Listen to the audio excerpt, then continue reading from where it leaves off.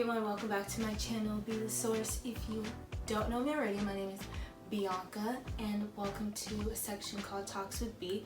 So what I decided to do was to have some of you guys ask me questions on my Instagram about whatever it could be, about my life, about advice, whatever, and you guys definitely delivered. I have them on my laptop here. Just gonna dive right in. So first question, how did you deal with the PostGrad transition?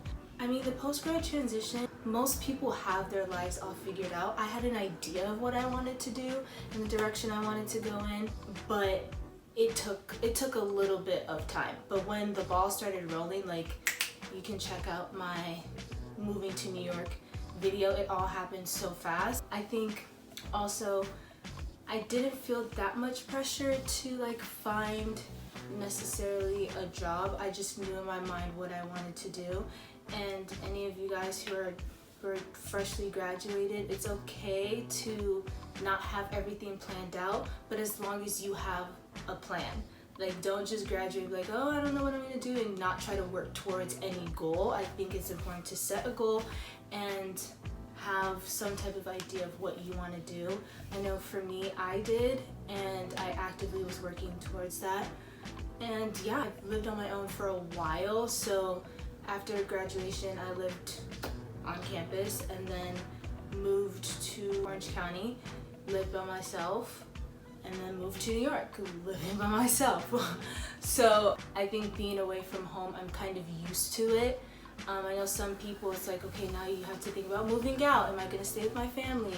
That's a decision you have to make on your own. And whatever decision you make, like, it's your decision and it's okay. But all in all, I mean, that was a very quick answer, but PostGrad transition has been good. It's had its ups and downs of where I'm like, God, where do you want me to go? What do you want me to do? Things are not happening as quickly as I want, but I definitely learned patience. Be patient, continue to be ambitious, continue to strive for your dreams. Don't give up. I mean, it's hard and it's easier said than done, but once you get that one yes, or when that one door opens, the rest is easy breezy. Well, not necessarily, but you know what I mean. What celebrity do I look up to as a role model? That's a really good question. I think there are three.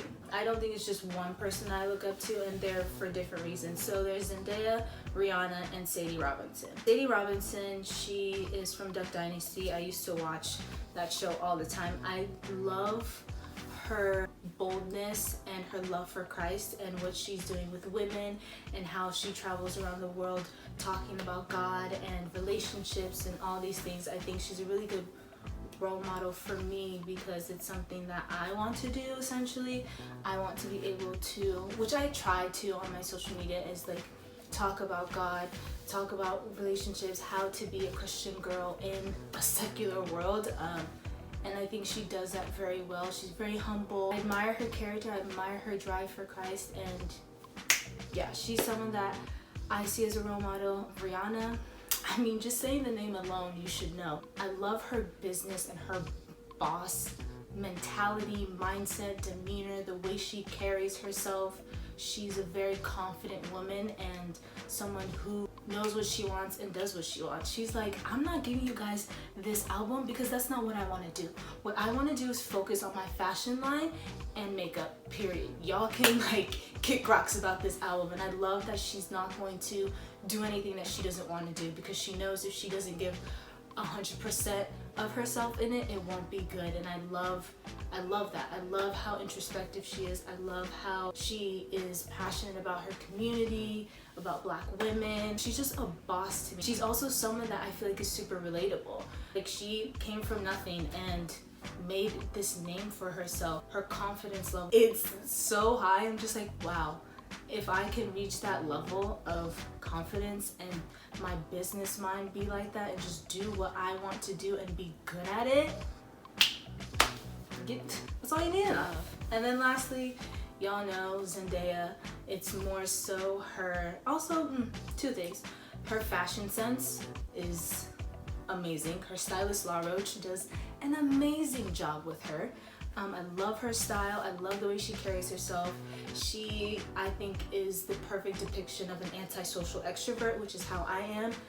That girl does not go out unless she wants to go out. She does not leave her house. She isn't problematic. She's not in the blogs. When she goes out, she shows out and then goes back in the house and minds her business. I think that's something that I admire the most, that she doesn't have to be in front of the camera every 2 seconds for her to continue to be relevant. She can not be on social media for months, but people will still be talking about her. She's not doing anything, but people will still be talking about her. And I think the influence that she has and the way she carries herself, love that. Love me some Zendaya. Mark my words, Zendaya and I will be best friends. Favorite designer? Ooh, there's so many. I think Iris Van Herpen is amazing. I think what she does with her designs and how innovative and intriguing it is for me. Look her up, Iris Van Herpen. She's amazing. Dior, love that. It's classy, it's timeless, it's luxurious. Love Dior. Recently, Hanifa, amazing African designer. She just came out with a 3D fashion show, which I thought was amazing. So creative. I have so many. Those are like my top right that I can think of right now. What is a trend that you're not a fan of? A trend that I am not a fan of is black men comparing black women to white women. Or tearing down black women for clout. On my story the other day on TikTok, this black boy was talking about, like, I think the TikTok was like, we love this, we need this, and it says white girls, and then it points down to black women, we don't need this, we don't love this, just something along those lines. And I'm just like, what is the point of that? Stupid. Why are you tearing down the people who are supporting you the most? You know, you're talking about your mother, your sister, your aunts, the people who have helped raise you. Yes, have your preferences, like what you like, I don't care. I'm all for interracial dating. I'm all for liking people outside of your race. But the one thing that I can't stand is when you put others down in the midst of that, especially your own race. It's like, would you say that to your mom? I think that's a trend that has been happening a lot, and it's really frustrating. And it's like, without us black women, you wouldn't be anything. Without us black women raising you, teaching the ways you should go, you need to respect us. Regardless of who you marry, whether you marry a black, white, Asian, Hispanic, whatever, always know where you come from and respect that. If you're mad corny and you do that for clout, like, go away. This is a good question. What is one red flag when dating that you are quick to notice? Is this when you go on a first date? I think when you go on a first date, the one thing I will notice is if that person is talking about themselves all the time. If they're not asking about me, or like not even trying to make the conversation flow, they're just rambling about themselves, that's a one red flag, because that means that person is arrogant and selfish, and I can't handle that. If you're on a first date and that person is just talking about themselves this entire time, and you're just like, when are you gonna ask about me? When are you gonna ask about what I like? That's just like sets you up that person might be controlling, they're selfish, they're arrogant, and they're narcissistic. Yeah, that's one red flag that I think that anyone should notice and pick up, because if that person is asking about you, that means they care. That means they're interested in you. If someone's just talking about themselves the entire time you are on a first date, don't go on a second date, because it's gonna be the same thing anyways. Very good question. I get this question all the time. How is living in New York? I mean, I'm very much a Cali girl. I'm a West Coast chick. New York is interesting. I think aesthetic-wise, it's not really my thing, but I do like 2 hours later. When you have to think about what you like about New York. I don't know. I always say I'm here for a good time, not a long time. New York is definitely a place where it's hustle and bustle, and it's good when you're trying to start a career for yourself, depending on what career path you're going in. But New York is okay. I think it's been a little bit difficult in the fact that this is like the furthest or farthest I've been away from my mom. I miss her a lot. I haven't seen her in a while, especially with this quarantine. It makes it difficult to travel anywhere, but I will say New York is okay. I would say New York is okay. I do miss California. I do miss my friends. but work-wise, it's a good place to start your career because there's so many opportunities here, so many people you can meet, and New York is expensive as well. So I've been here for almost a year, and you think I would grow to like at least love it. I wouldn't say I love it. I wouldn't say I hate it as much anymore. Another question about New York: what's my favorite dish? When I first moved here, I was living with my god sister for a little bit, and we went to this Jamaican place. When I tell you, the food, I will say the food in New York is amazing. Like, you can go anywhere, any hole in the wall, and it's pretty much bomb. I will never forget, we went to this Jamaican restaurant, and it was authentic oxtail, jerk chicken, like so good, so freaking good. I would say like the island food, the Jamaican food, the Dominican and Puerto, all those food, so good. Who inspires you? My mother. My mom inspires me all the time. She is my biggest inspiration. She's the strongest woman I've ever met in my life, and what I admire the most about her is that through everything that she's been through, before me and even now, she's always had this undeniable love for God, and that's something I admire, and that's something that I strive to hopefully be in, because like when things are happening in my life, I'm like, why is this happening? This is so annoying. But every time I talk to my mom about it, she's like, God is good, look on the bright side, very positive. She's also such a hard worker. She's very determined. My mom's my best friend, even though she's out, mind you, she's Nigerian, and you know Nigerian mothers are like, I'm not your friend, I'm not your best friend, I'm your mother. She's my best friend. I don't care if she doesn't say it, but she is my best friend. She means everything to me. She works hard, she loves God with all her heart. She is patient and sassy, sarcastic. It's where I get most of my sarcasm from. She's loving, she's very giving, she loves to help people. And I just see the way she's lived her life for God and persevering through every trial. It really makes me think like you can go through hell and back and God can still be good in your life. I'm like, I want that. I need that spirit, because I'm more of like a, why is this happening? I don't like this. God, what the heck? She's taught me my morals and my values, and especially valuing myself and the importance of putting God first. My mom inspires me every day, and hopefully when she's watching this, she puts a smile on her face. Chris Brown or Shawn Mendes? Chris Brown or Shawn Mendes? I mean, why do I have to choose? Chris Brown or Shawn Mendes? I'm gonna have to go with Christopher. You got it. Cause that's like my love since 05, since Run It, Give Me That, Loyal, all those things. I'm gonna have to go with Chris Brown. Love me some Shawn Mendes. Shawn Mendes is second, but it goes Christopher, Shawn Mendes, and everyone else. What is life like in New York compared to California? I kind of answered this before, but compared to California, California is more chill. I think California is more aesthetically pleasing. There's beaches, there's greenery, there's stuff to do.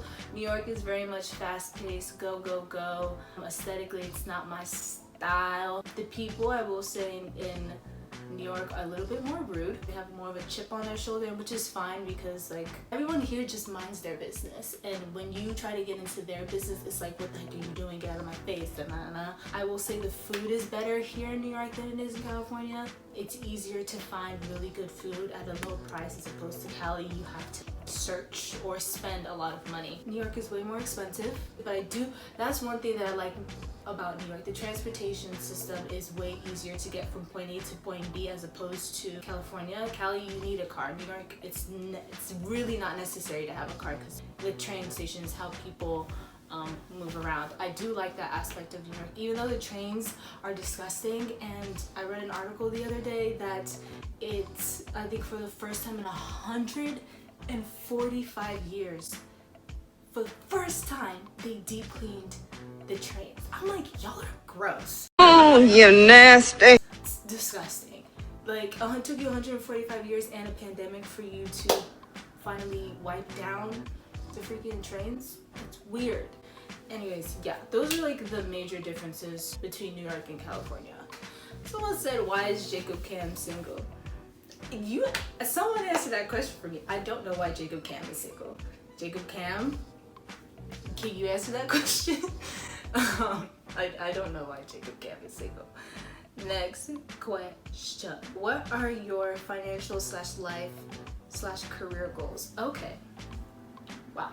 My financial goal is to be in a state where I am receiving multiple sources of income through my various passions, and to be at a point where I am able to comfortably take care of myself and the people I love, and be in a state to I want to invest. Well, I've already started doing that. Invest more. I want to have passive income. I want my money to work for me. I don't want to work for the money. Life goals. I want to be completely happy. I want to get married. I want to have children. I want to build an empire with my family. Career goals. I want to be a force in fashion. Whatever that may look like. It might be social media, modeling, whatever it is. I want to be able to have a say in the fashion world, and also be able to openly and freely talk about my faith in a way that inspires people, inspires young women. Just like a little tidbit of my goals. Oh, what do I do to make myself happy? I watch funny videos. I love to laugh, and I amuse myself a lot. Being an only child, I have to. I like hanging out with people, being around the people that I love and get along with, and all that stuff makes me really happy. Or having a really good conversation, like a really genuine, authentic conversation with people makes me happy. Last question. When are you gonna come visit me? Soon, when the quarantine is over. I miss my friends. I miss you guys. Yeah. When this quarantine is over and I feel comfortable flying and being on a flight with other people for 6 hours, I will come visit. Y'all asked some really good questions. That is it. Thank you. This was Talks with B. I'll see you later.